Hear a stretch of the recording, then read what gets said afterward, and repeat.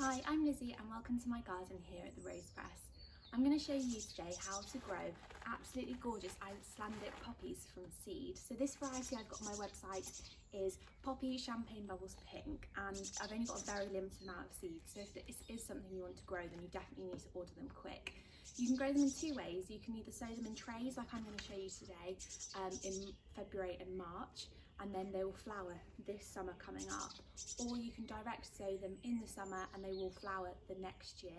But the brilliant thing about Icelandic poppies is they're absolutely gorgeous. They have these lovely tissue paper like flowers and they last for ages as a cut flower in a vase, and you can keep cutting them and they will come back. So really great plants, but they are quite difficult to get to the planting out stage. They're quite difficult to germinate, so only really grow these if you've grown quite a few things before. If you've literally never sown a seed before, probably don't pick this one. Pick more of an annual poppy, like a Poppy Amazing Grey is a great one, or if not, the poppies in like a wildflower mix, and they will just flower once and then they'll die away and won't come back, whereas these ones will come back every single year. So what we'll do is fill up our tray with compost. Any compost is absolutely fine. I use multi-purpose and it's really good if you can get peat free if possible.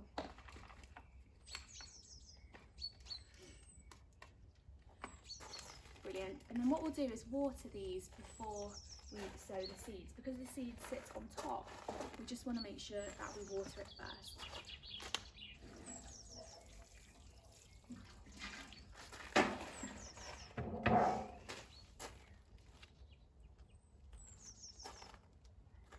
Brilliant. So I've given that a good water before we get started with the seed, and the reason for that is that these sorts of poppies germinate on the top of the soil. They need the light to germinate, so by watering it first you let all of the water sink in, then we'll lay the seed on top. And the reason we do that is if not, you put the seed on top, you water it, and all the seeds will wash away down the sides and they won't get the light that they need.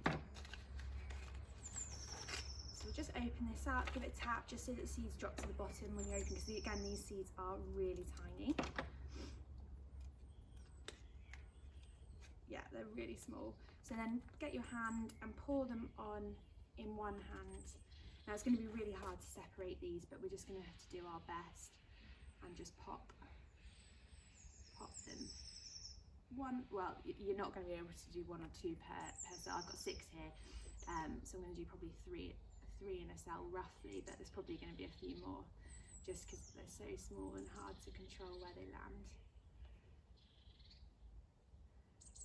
And then once you've sown them, you can either put them in a propagator in a nice warm and sunny place, or you can, if you don't have a propagator, they are quite cheap to buy, but if you don't have one, then you can get a clear sandwich bag. You need to make sure it's clear so that you can get the most amount of sunlight around it. A nice big one, you put the whole tray in and tie it up at one end, and that will almost act like its own little mini propagator, and it will just keep the heat in and make sure that that they have a really good chance of germination. Like I say, these are quite difficult to germinate, so you can buy plug plants of these on certain people's websites, but I just thought I'd give this one a go. I think they're absolutely gorgeous flowers, and they are just brilliant for cut flowers as well. So that's Poppy Champagne Bubbles Pink. I've also got Poppy Champagne Bubbles White on my website, which is sown in exactly the same way.